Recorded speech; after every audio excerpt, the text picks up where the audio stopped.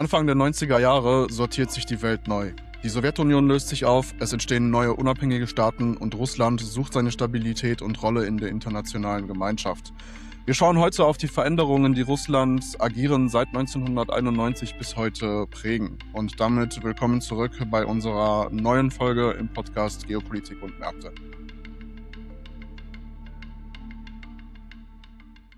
Mein Name ist Amadeus Quist. Ich bin als Hochschuldozent tätig im Bereich internationale Wirtschaft und begleite wie gewohnt die Diskussion unserer beiden Experten und begrüße damit zunächst Sebastian van Brevoort. Ja, guten Tag. Ich bin Sebastian van Brevoort vom Zentrum für Geoinformationswesen der Bundeswehr. Ja, hallo, Werner Halfer, Hochschullehrer für internationale Wirtschaft, Weltwirtschaftspolitik und Weltwirtschaftsgeografie. Ja, vielen Dank und hallo zusammen.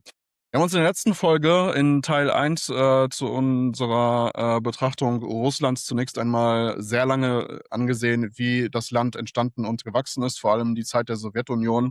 Naja, und plötzlich im Jahr 1991 bricht dieses sehr, sehr große Land zusammen und es entstehen mehrere unabhängige Staaten. Werner, magst du das für uns einmal vielleicht zum Einstieg porträtieren? Was für eine Situation haben wir da 1991? Ja, also das ist so die Situation eines zusammenbrechenden Staates. Und jetzt muss man eben im Hinterkopf haben, dass die Gründung der Sowjetunion eben verbunden war mit der raschen Eroberung von Staaten um sie herum, quasi bis auf den Norden, nahezu in alle Himmelsrichtungen ging es damals, wo man Staaten in die Sowjetunion einbezogen hat. Das ist natürlich nicht so ganz friedlich abgelaufen, brutale Kriege, die da geführt wurden. Jetzt im Jahr 91 wird das rückläufig. Nämlich Auslöser ist ein Putsch, der Augustputsch 91 gegen den immer noch an der Macht befindlichen Michail Gorbatschow in 91. Damit ist es eigentlich dann mit der Macht auch schnell vorbei. Es kommt dann durch Boris Jelzin dazu, dass die Macht neu sortiert wird in Russland. Jelzin arrangiert sich dann mit den sogenannten 15 Nachfolgestaaten der Sowjetunion zu einer Gemeinschaft unabhängiger Staaten. Am 25. 26. Dezember 1991 ist dann mit der Sowjetunion Schluss und es beginnt eigentlich ein Kapitel der eigenständigen Entwicklung von 15 Ländern. Und das ist nochmal wichtig zu betonen. Nach und nach erhalten diese Länder ihre volle Souveränität. Warum ist das erwähnenswert? Weil ja später auch nochmal die Sprache kommen wird auf die Situation, ob Russland letztendlich im Zangengriff der NATO gehalten wurde. Und da muss man eben sagen, souveräne Staaten dürfen sich natürlich ihre Partner, Wirtschaftspartner wie auch militärstrategische Partner aussuchen. Denn sie sind jetzt eben nicht mehr gebunden an die Sowjetunion und die GOS, die dann folgt, ist ein loser Verband. Das ist die neue Ausgangssituation. Du hast jetzt gerade auch als Stichwort Boris Jelzin erwähnt, auch im Zusammenhang mit dem politischen Aufstieg von Wladimir Putin und auch seiner Ansicht auf die Lage Russlands heutzutage. Ist vielleicht auch interessant zu erwähnen, was wir dann für wirtschaftliche Entwicklungen vor allem hatten in dieser Zeit. Wie sehen die ökonomischen Krisen aus in den Ländern nach dem Zerfall? Ja, also fangen wir mal schnell mit Russland an, weil das ist halt letztendlich sehr bedeutsam für uns heute aufgrund der Situation im Krieg auch. Das Jahr 91, eigentlich schon einige Monate vorher, Ende des Jahres 1990, beginnt mit einem vollkommenen Chaos.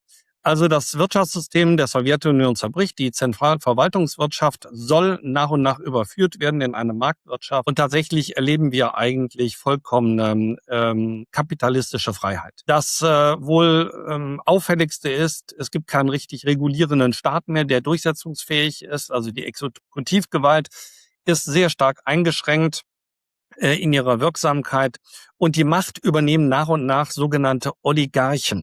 Eine sehr spannende Geschichte, wie sie an die großen Industriebetriebe kommen, die ja bis dahin alle verstaatlicht sind. Das hängt damit zusammen, dass man die Industriebetriebe dem Volk zurückgeben will. Ein sogenanntes Vouchersystem. Jeder kriegt quasi was von den Werken und Industriebetrieben der Sowjetzeit. Und da man aber kein Geld hat, man kommt in eine schwere Wirtschaftskrise rein, Inflation und vieles andere, vor allen Dingen Jobverluste, will man diese Voucher schnell wieder loswerden und verkauft sie zu Spottpreisen an eben diese Oligarchen. Die sammeln dann die Wirtschaftslizenzen ein und werden somit zum Besitzer der früheren riesigen Staatsbetriebe. Daraus wird eine eigene Macht im Staat. Die anderen Nachfolgestaaten der Sowjetunion orientieren sich zumindest in Westeuropa sehr stark an den Vorbildern in der Europäischen Union. Man beginnt den Weg der Transformation, ähnlich wie das die DDR schon begonnen hat, wenngleich der Weg eigentlich deutlich schwieriger ist, weil man eben nicht einen starken Partner hat, die Bundesrepublik Deutschland, sondern eben doch mehr oder weniger die Wirtschaftskrisen, die Umstellung, den Transformationsprozess von einer Zentralverwaltungswirtschaft zu einer Marktwirtschaft selbst stemmen muss. Man hat keine funktionierenden Währungen. Man kriegt auch das Problem der Arbeitslosigkeit, nur mal um ein paar Schlagworte hier zu nennen. Und dann die Kaukasusstaaten kommen sehr schnell in kriegerische Auseinandersetzungen, alte ethnische Probleme greifen um sich, was dann auch beispielsweise dazu führt, dass Russland eben als erstes mal anfängt zu intervenieren in diesen abtrünnigen Gebieten, die sich teilweise solidarisieren mit den Staaten, die jetzt souverän werden. Und als letztes dann die zentralasiatischen Staaten, die halt in Europa meistens nicht so sehr im Fokus sind, weil sie wirtschaftlich nur an einer Stelle bedeutsam sind, nämlich aufgrund der Rohstoffvorkommen. Aber auch da haben wir große Veränderungen in der Ausrichtung. Vor allen Dingen haben wir in dem gesamten zentralasiatischen Bereich auch die Situation, dass der Einfluss des Kommunismus auf die Gesellschaftsordnung zurückgeht und sich die ursprüngliche Gesellschaftsordnung, die durchaus sehr stark geprägt war, auch durch die Religion, also insbesondere den Islam, wieder zurückbildet. Man darf nicht vergessen, dass Religionen ja in der Sowjetzeit mehr oder weniger unterdrückt waren und insbesondere die Menschen islamischen Glaubens werden in diesen Gebieten, in den sogenannten Turkvölkern, beginnt in der Türkei, auch wenn die natürlich jetzt mit unserer Thematik erstmal nichts zu tun hat, aber Usbekistan, Turkmenistan,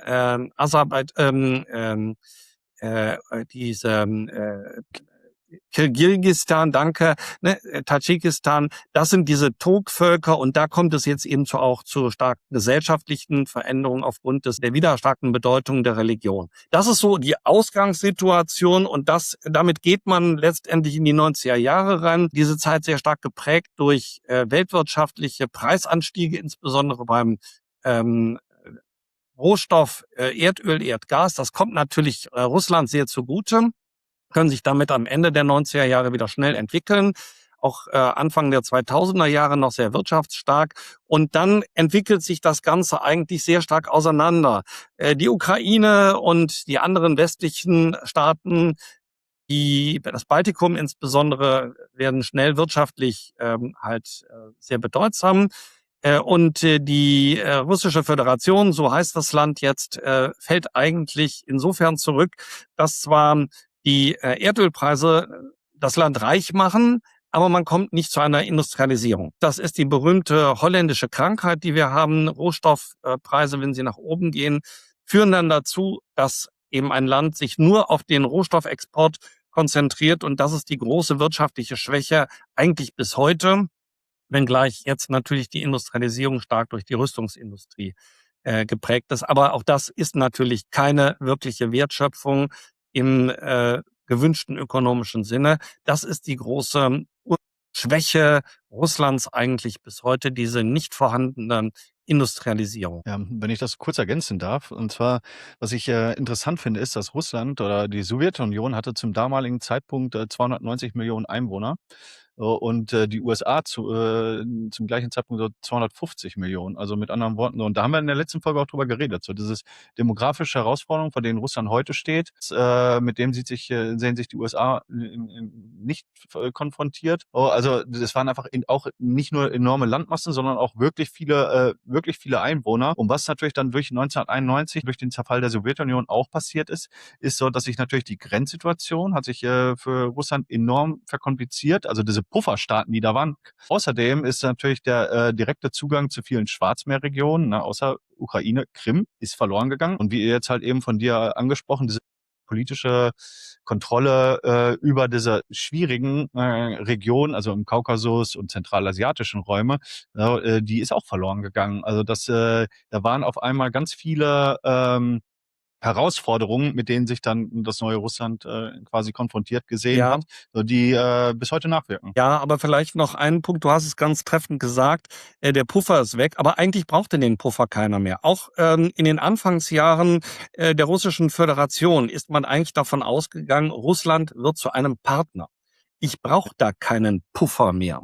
Ja, dieses Bild des Puffers entsteht eigentlich heute wieder, dass er weggefallen ist, weil wir halt irgendwann unterstellen, Russland wendet sich von der Partnerschaft mit dem Westen ab. Und das ist so der Punkt, wo man sagen muss, das hätte auch ganz anders laufen können. Von allen Fehlern, die von beiden Seiten gemacht wurden in dieser Entwicklung, dann kann man jetzt nur das andeuten, das nicht ins Detail gehen, die gibt es sicherlich. Aber die Idee war eigentlich, Russland zu integrieren, und die Bereitschaft war bei einem Teil der Regierungen auch da. Und dann brauche ich keinen Puffer mehr.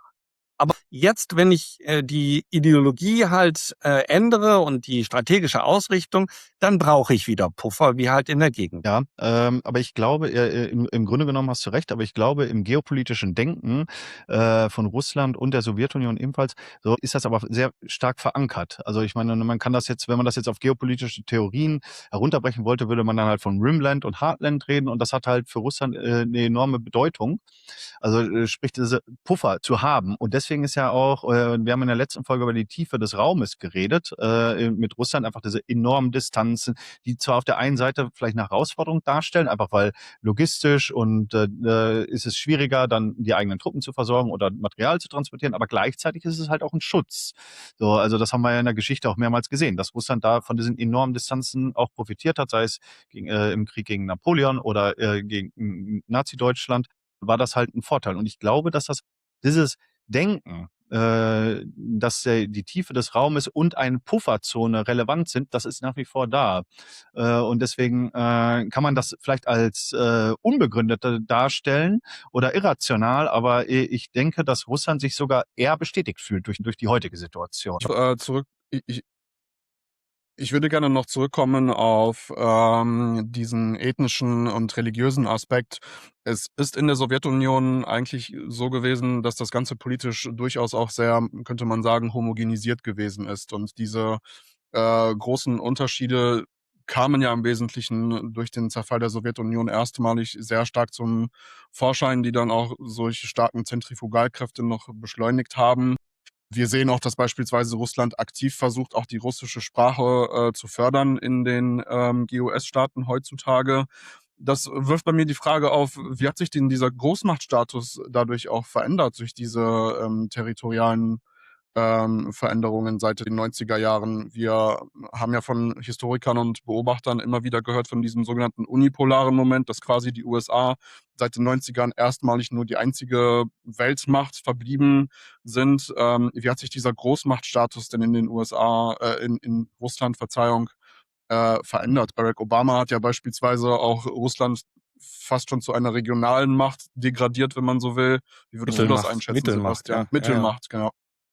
Ja, also ich glaube, jetzt müsste man halt erstmal sagen, okay, was ist eigentlich eine Großmacht? Ich glaube, da gibt's ja durchaus unterschiedliche Möglichkeiten, das zu interpretieren. Jetzt könnte man zum Beispiel über die Europäische Union ja auch sagen, in wirtschaftlicher Hinsicht sind wir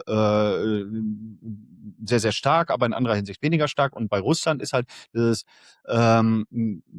Großmachtkonzept extrem stark damit verbunden mit diesem Konzept, wie es halt in der Sowjetunion funktioniert hat. Also das bedeutet, so eine Kontrolle über riesige Landmassen sind da halt wichtig, und auch eine eigene Ordnungsvision. Also also nicht einklinken in diesem westlich geprägten System, sondern halt eine eigene haben. Und das hat Werner ja auch schon erwähnt. So, dann wurden halt die Gemeinschaft unabhängiger Staaten gegründet und so. Also so ein eigenes System halt auch wirklich dann noch nach wie vor zu haben, und auch eigene Militärbündnisse. Und das führte natürlich dazu, dass sich Russland 1991 dann auch neu definieren musste. Ne?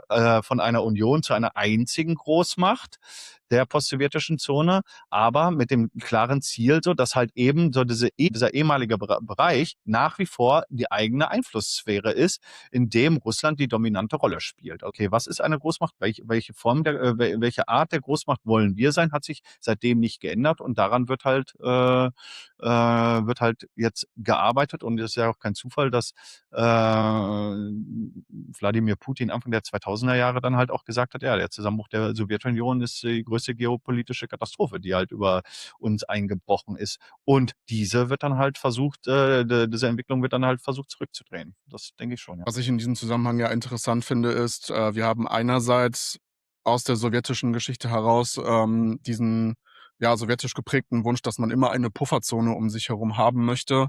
Gleichzeitig haben wir eigentlich die Situation, dass die Länder der Erde Russland die Hand gereicht haben nach dem Zerfall der Sowjetunion und auch wirklich kooperieren wollten. Wie kommt es dann dennoch dazu, dass die Erweiterung der NATO beispielsweise aus der russischen Perspektive so kritisch betrachtet wurde? Ja, also ich finde, das ist ein schwieriges Thema, so, weil das schiebt so ein bisschen so, da laufen wir halt Gefahr, den schwarzen Peter so ein bisschen Russland zuzuschieben im Sinne von, ja, wir haben ja denen die Hand gereicht. Ich glaube, ganz so einfach war es nicht. So, ich glaube, so, da sind halt auch viele Fehler auf westlicher Seite gemacht worden, weil aus westlicher Perspektive war die Situation halt so, es ist ganz klar, wer ist hier Gewinner und wer ist Verlierer. So, Russland, ihr seid die Verlierer und jetzt fügt euch quasi, ihr könnt keine Forderungen stellen oder so, oder so, um das jetzt mal stark zu verkürzen. Und denke ich so, dass man das zumindest mit berücksichtigen muss bei dieser Entwicklung. Also das war jetzt nicht so unkompliziert, wie man das dann vielleicht annehmen könnte, dass man sagt, ja, ach, wir wollten ja, aber Russland hat nicht mitgemacht. Also so würde ich es halt eben nicht darstellen. Also da waren dann halt schon, ich denke, man hätte da auf die russischen Sicherheitsinteressen sicherlich halt auch anders eingehen können, ne, und auf die russischen Befindlichkeiten, als es getan wurde. Und damit Ja, aber in der Zeit kaum formuliert worden, nicht? In der Zeit der ersten 90er, der frühen 90er Jahre hat man da wenig von Russland gehört. Also auch amerikanische Präsidenten wie Bill Clinton später haben größten Wert darauf gelegt, dass das Gesicht Russlands gewahrt bleibt in diesem Übergang. Also es gab ja wohl eine sehr gute Beziehung von Clinton auch mit Jelzin. Man hat den NATO-Russland-Rat gegründet, also wo die NATO sich permanent informiert, wo die NATO permanent Russland informiert über alle Vorgänge. Sie werden eingeladen zu Manövern und dergleichen. Das hat es ja alles gegeben bis vor gar nicht so langer Zeit.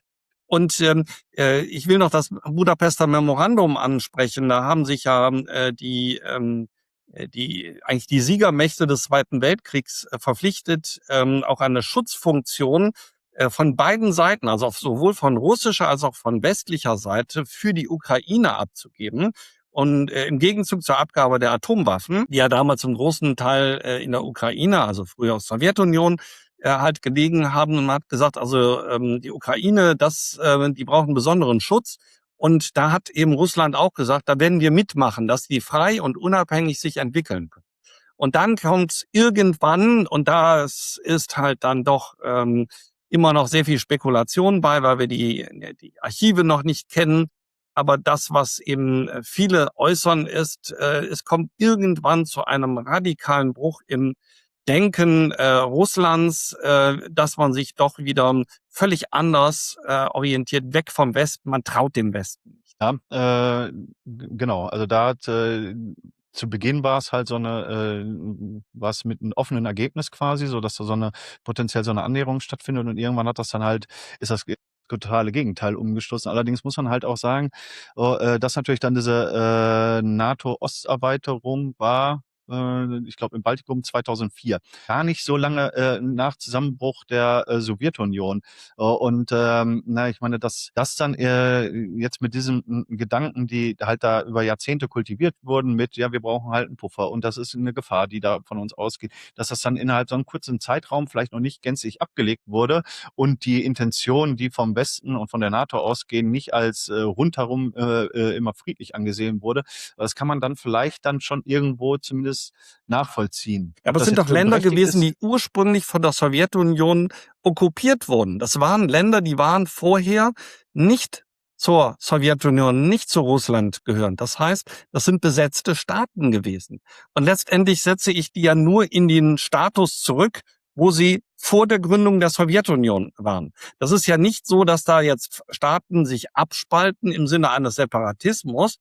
wir spalten uns jetzt ab und eigentlich sind wir Russen, sondern es ist eine Wiederherstellung von alten Verhältnissen. Ja, aber mit einer Zuwendung zur NATO. Ich meine, wenn die einfach nur unabhängig wären, dann wäre das, glaube ich, dann hätte Russland gesagt, ja, doof gelaufen. Aber ich glaube, diese Hinwendung oder eine Mitgliedschaft in der NATO, das war dann etwas für Russland nur sehr schwer zu verdauen war. Aber selbst Putin hat sich ja, der frühere Botschafter von Fritsch hat das gerade noch mal bestätigt.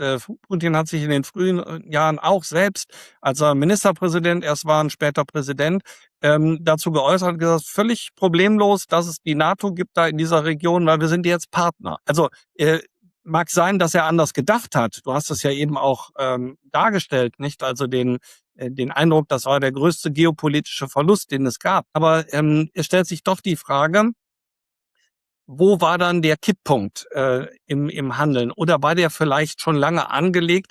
Man hat aber letztendlich nicht darüber gesprochen. Man hat seine Strategie, seine Ausrichtung nicht lange Zeit quasi für sich behalten. Das finde ich schwierig so, weil heutzutage wird auch viel darüber spekuliert, das hat man doch alles kommen sehen. Und wenn man sich die alten Reden anhört und so weiter, das war doch vorgezeichnet. Ich weiß nicht, ich finde, am Ende ist es auch ein bisschen Kaffeesatzleserei und jetzt im Nachgang, in der Retrospektive, ist es immer leicht, dann irgendwie irgendwelche Schlüsse daraus zu ziehen. Ich glaube so, dass das tatsächlich eine offene Entwicklung damals war und das nicht irgendwie schon Anfang der 2000er völlig entschieden war. Also ich glaube, es wäre möglich gewesen, eine Sicherheitsarchitektur mit Russland gemeinsam aufzubauen. Das glaube ich schon. So jetzt, offensichtlich ist es ja nicht gelungen und vielleicht ist dann irgendwann halt auch mal der Punkt gewesen, so an dem es auch wirklich irgendwie auch wirklich einfach schlichtweg nicht mehr möglich war. Aber ich glaube dass ganz grundsätzlich das schon, dass die Geschichte auch deutlich anders hätte verlaufen können. Ja, das ist immer offen, die Geschichte. Vielleicht schauen wir mal etwas näher auf das Verhältnis Russlands zu den USA, Europas und Chinas. Vor allem steht ja auch in dem Zusammenhang immer die Frage im Raum, fühlt sich Russland vielleicht im Zangengriff der NATO und China? Ja, vielleicht gehe ich einfach auf den ersten Teil mal kurz ein, aber das haben wir ja sowieso schon jetzt skizziert und schon kurz erwähnt, aber ich versuche es dann trotzdem nochmal wenigstens kurz zusammenzufassen. Die Entwicklung zu den USA und Europa lässt sich halt ganz gut in 3 Blöcke unterteilen. Also da ist erstmal 1991 bis 2000 so, da war, wie angesprochen, Versuche der Kooperation auf unterschiedlichen Ebenen, marktwirtschaftlich, aber auch NATO-Dialog. Aber nichtsdestotrotz zu dem Zeitpunkt so hat sich Russland halt schon irgendwo als Verlierer des Kalten Kriegs gefühlt und ich glaube, dieses Gefühl wurde denen auch durchaus vermittelt. Also da war, Amadeus hast du schon mehrmals angesprochen, so dieser Moment der Unipolarität, der war da. USA konnte vor Kraft kaum laufen quasi. So, und ich glaube, vielleicht hätte da in der einen oder anderen Situation vielleicht etwas mehr Bescheidenheit dann auch gut getan. Weil ich jetzt auch hier irgendwie nicht irgendwelche Rollen verdrehen möchte. Aber das ist halt ein sehr sensibler geopolitischer Moment gewesen. Und dann von 2000 bis 2014, so da ist dann halt eben das, was Werner gerade angesprochen hat. Irgendwas ist halt, ist es gekippt. Aber erstmal muss ich feststellen, und das unter Putin, der Staat wieder gestärkt wurde, also dieses völlige Chaos, das erstmal dann ausgebrochen ist nach dem Ende der Sowjetunion, wird beendet. Der Staat wird wieder als handlungsfähig, auch durch die Bevölkerung wahrgenommen. Und der Ressourcenboom hat natürlich eingesetzt. Also plötzlich waren einfach aufgrund der gestiegenen Ressourcenpreise war der Staat wieder deutlich handlungsfähiger als vorher. Das ging auch einher mit Wiederaufbau militärischer Kapazitäten. Gleichzeitig dieses Misstrauen, das dann halt gegenüber der NATO vielleicht auch immer bestand, hat sich dadurch verstärkt durch die angesprochene Expansion. Dann die letzte Phase, die kann man dann ab 2014 bis 2022 oder bis heute dann sehen, dass dann halt diese anfängliche Distanzierung wurde immer stärker und dann 2014 mit der Annexion der Krim war quasi, ja, dieser Bruch wurde dann vollzogen und dann halt natürlich vollends wurden die Brücken abgebrannt durch den Angriff auf die Vollinvasion auf die Ukraine. Also das denke ich so, dass jetzt mal im Schnelldurchlauf so fasst das so ein bisschen so diese unterschiedlichen Phasen zusammen. Also diese These vom Zangengriff, nicht, die hat ja der Journalist Peter Schollatur auch in einem Buch einst formuliert gehabt.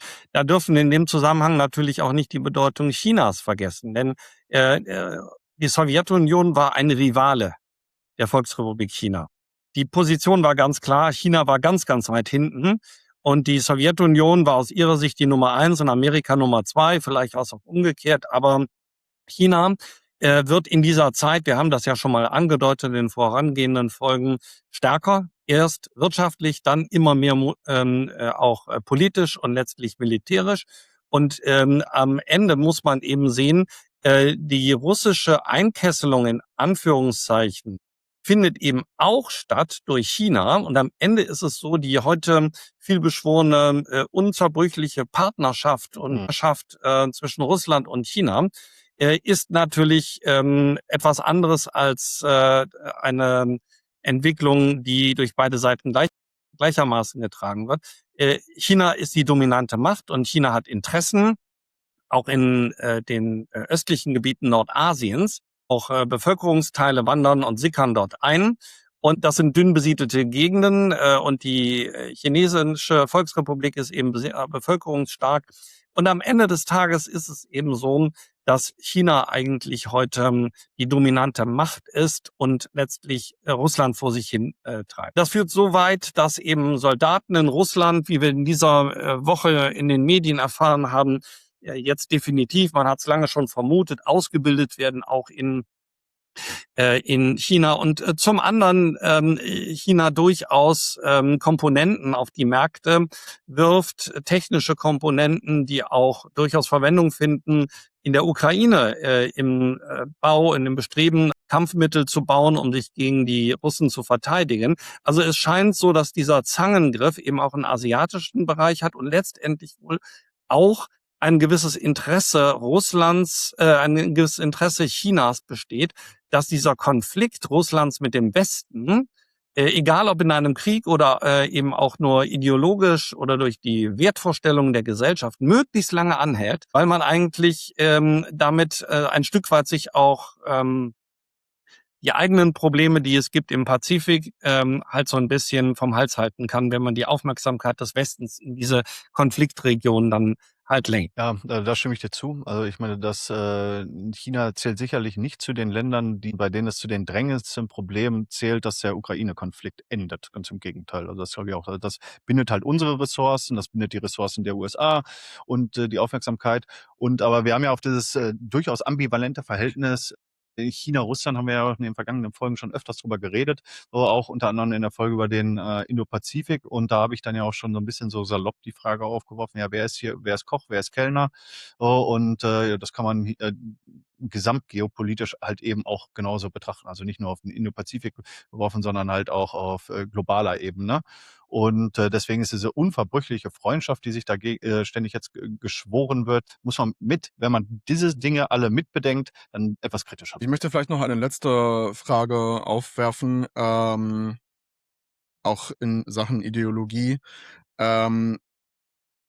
Warum und wann ist der Bruch mit dem Westen denn systematisch geworden und warum ist die Primakow-Doktrin, die es dort gibt, wichtig für die geopolitische DNA Russlands? Ja, also das ist wirklich ein interessanter Punkt, weil diese Primakow-Doktrin, die ist in vielen Beobachtern heutzutage gar nicht mehr so präsent. Aber das ist halt vom in den 90er Jahren damaligen Außenminister Evgeny Primakow definiert worden. Und die Kernideen davon sind halt eben so, dass Russland eine eigenständige Großmacht sein soll, nicht Teil eines westlichen Systems. Die Weltordnung muss multipolar sein. Also USA, Europa, Russland, China, gegebenenfalls auch sogar weitere Pole sollen da sein. Und Russland muss einen eigenen Machtbereich im Nahen Ausland, also in diesem Rimland oder in dieser Pufferzone, muss haben und dort dominant sein. Und das sind halt im Prinzip sind das jetzt auch schon Aspekte, die haben wir vorher angesprochen. Hier auch eben dieser Anspruch eben nicht, sich sofort Teil im westlichen System zu werden, sondern halt eigene Strukturen aufrechtzuerhalten. Aber was ich viel interessanter finde, ist, dass wenn man nicht weiß, dass diese Doktrin eben aus den 1990er Jahren stammt, dann könnte man meinen, ja, das ist doch 1:1 heute anwendbar. Und da sieht man eben wieder so, dass dieses geopolitische Denken, dass das eine Tradition hat und dass das langfristig darauf aufbaut und dann keine Überraschung ist, dass eben diese Ziele, die so verfolgt werden, dass sie historisch bedingt sind und einen ganz langen Hintergrund haben. Also geostrategische Zielsetzung auf der einen Seite oder das Primakow-Doktrin genannt, sicherlich als die entscheidende Größe, an der man sich orientiert bis heute. Und zum anderen muss man, Amadeus, du hast nach der Ideologie ein Stück weit gefragt. auch sich darüber im Klaren sein, eigentlich spielt Ideologie in dem Sinne, wie wir es kennen aus der Auseinandersetzung zwischen Kommunismus, Kapitalismus oder Demokratien und Nichtdemokratien aus der Zeit des Kalten Krieges keine Rolle mehr. Es geht darum, aus chinesischer Sicht, aus russischer Sicht, aus Sicht noch einer ganzen Reihe von anderen autoritär geführten Staaten, dass man letztendlich die westliche Welt ablehnt, auch aufgrund ihrer politisch-gesellschaftlichen Verfasstheit. Also pluralistische Gesellschaft, Werte, die wir als wichtig erachten, Beteiligung, Partizipation von allen Gruppen, vernünftiger Umgang mit Menschen, die in anderen Orten vertrieben werden, was wir nicht immer erreichen, aber zumindest ist unsere Zielsetzung, Homosexualität nicht zu verteufeln und was weiß ich alles. Das wird letztendlich als Bedrohung des eigenen Systems angesehen, weil dadurch entwickelt sich halt im Westen eine Gesellschaft, die sehr pluralistisch ist, die nicht klar beherrschbar ist und damit auch nicht so klar in eine Richtung ausgerichtet ist. Und das empfindet man als Bedrohung. Das will man auf keinen Fall in China, das will man auf keinen Fall in Russland haben. Und das ist, glaube ich, der eigentliche Kampf, der hier auch ausgefochten wird, wenn man heute in Anführungszeichen von ideologischer Auseinandersetzung spricht. Ich danke euch wir sind damit auch im Hinblick auf die Zeit am Ende unserer heutigen Folge angelangt. Wichtig ist zu sagen, dass wir hier gerade versucht haben, eine ganz, ganz, ganz große Komplexität auf 32 Minuten herunterzubrechen. Es gelingt natürlich nicht, jedes Thema vollkommen durchzuanalysieren. Das ist uns wichtig an der Stelle auch zu erwähnen. Aber wir werden in den folgenden Folgen auch immer mal wieder einzelne Themen immer erneut aufgreifen. Wenn euch die Folge gefallen hat, hinterlasst gerne einen Kommentar und ein Like. Abonniert unseren Kanal, sofern ihr es noch nicht getan habt. Es bedanken sich Amadeus Quist, Sebastian von Brefort und Werner Halfer. Tschüss. Tschüss, bis zum nächsten Mal.